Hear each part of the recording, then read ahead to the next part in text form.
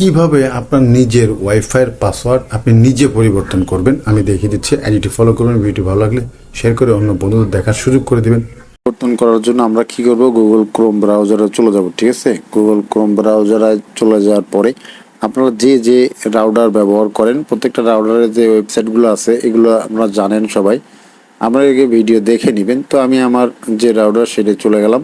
তো এখানে আপনাদের user name password log in করবেন। ঠিক আছে, সব কিছু দিয়ে লগ ইন করার পরে এখানে দেখতে পাচ্ছেন উপরে কিন্তু একটা 3 ডট আছে। ঠিক আছে, এই 3 ডটে চলে যাবেন।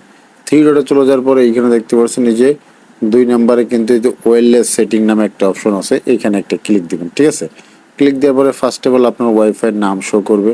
তারপরে এই যে নিচে দেখতে পাচ্ছেন আপনার ওয়াইফাইয়ের পাসওয়ার্ড। তো আপনি কী করবেন, পুরাতন পাসওয়ার্ডটা এখান থেকে মুছে দিবেন, নতুন একটা পাসওয়ার্ড দিবেন। ঠিক আছে, নতুন পাসওয়ার্ডটা আপনি যা দিবেন সেটাই কিন্তু পাসওয়ার্ড হিসেবে সেভ হয়ে যাবে। একদম সিম্পল পাসওয়ার্ডটা পরিবর্তন করা। ঠিক আছে, তো আমি আবার নতুন পাসওয়ার্ডটা দিয়ে দিচ্ছি।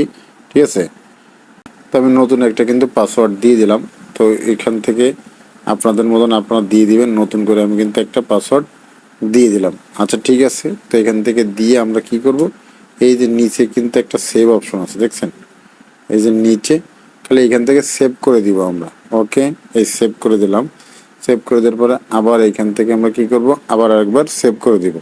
সেভ করে দিলে কিন্তু আমার পাসওয়ার্ড কিন্তু এই যে সাকসেসফুল হয়ে গেল। ঠিক আছে, তো এখান থেকে কি করতে হবে, আমার কিন্তু পাসওয়ার্ডটা এখন দিতে হবে আবার। ঠিক আছে, ওকে, তো আমি নতুন করে পাসওয়ার্ডটা এখানে দিয়ে দিচ্ছি।